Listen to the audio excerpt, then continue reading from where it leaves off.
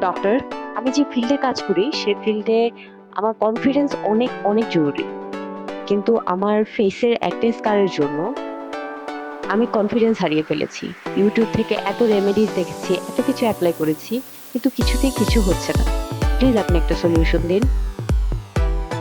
ব্রণের গর্ত বা একনি স্কার এটা কোনো রেমেডিস বা কোনো ক্রিম ব্যবহার করে কখনোই ফিল আপ হয় না। কারণ গর্ত জিনিসটা ভরাট করতে কোলাজেন দরকার। আর কোলাজেন হচ্ছে স্কিনের এমন একটা টিস্যু যেটা ইনজেক্টেবল প্রসিডিউর ছাড়া কখনোই ফিল আপ করা যায় না।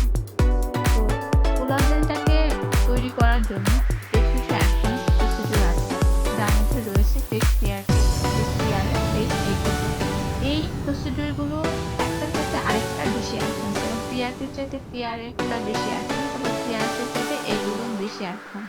এছাড়াও আরো কিছু অ্যাডভান্স প্রসিডিউর আছে, যেমন মনোস্টেট এবং ডাবল ফিলার। যেমন মনোস্টেটে মাত্র 3টা সেশনে স্কার মোটামুটি চলে যায়।